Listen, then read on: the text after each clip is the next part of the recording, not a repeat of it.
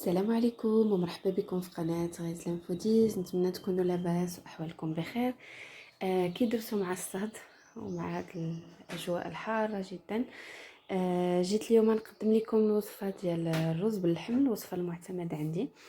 اللحم مشوي بلا فخر كيجي فريمون لذيذ بزاف بزاف بزاف. ندوزو المقادير وطريقه التحضير. غادي نحتاجو، انا هنايا درت 2 طراف ديال اللحم خصو يكون مجمد، ما يكونش مطلوق. بصله موين مشلضه، ملح، ابزار، سكينجبير، 2 دراس ديال الثومه وشويه ديال التحميره.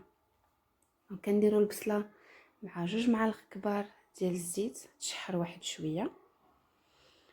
واللحم ديالنا كي قلت لكم خصو يكون مجمد، غادي نضيف عليه العطريات. تما درت شويه ديال التحميره، 2 دراس ديال الثومه محكوكين، شويه ديال الملح، نص معلقه ديال الابزار، ونص معلقه ديال السكينجبير، معلقه صغيره.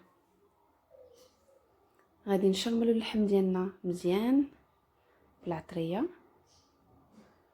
صراحه بهذه الطريقه كيجي اللحم لذيذ بزاف، رطب ومعلك. كنصحكم صراحه تجربوه. وهذه الطريقه كتخلينا ناكل اللحم شويه، ماشي بحال في المرقه ولا في الوصفات اللي تقال بزاف صراحه، واكثريه مع هذا الصاد.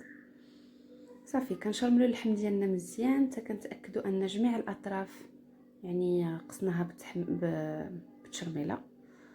صافي من بعد ما تقلات البصلايه واحد شويه كتنزل، كنحطوا طريفات ديال اللحم عليها، كنزيدوا تقريبا نص كاس ديال الماء، وكنخليوها على عافيه مهيله. بعد ما دازت ساعه حليت الكوكوط، لقيت اللحيمه طابت تعسلات، بقات هي داك شويه ديال البصيله وطاب غير في ديك نص كاس ديال الماء. شي مرات ملي كيكونوا الطريفات ديال اللحم صغار ما كنستعملش الماء بصفه نهائيه. دابا الطريقه ديال التحضير ديال الرز باش غادي نرافقوا داك اللحم ديالنا.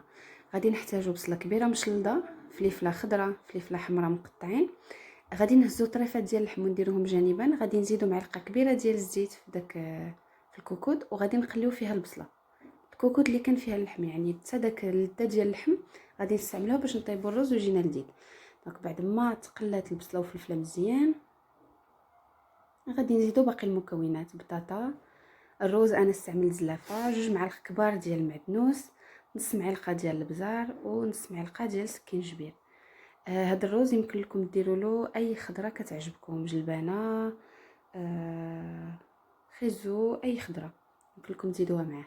صافي كل زلافه ديال الماء غادي زلافه ديال الروز عفوا غادي تحتاج 3 زلاف ديال الماء. زدوا عليه الكوكوط واحد ربع ساعه على عافيه مهيله كيطيب دغيا.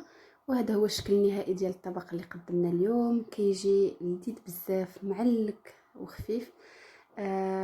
يمكن لكم تحضروه في هذه الاجواء الحاره كوجبه غداء او عشاء، وانا كيقول لكم المواصفات المعتمده عندي.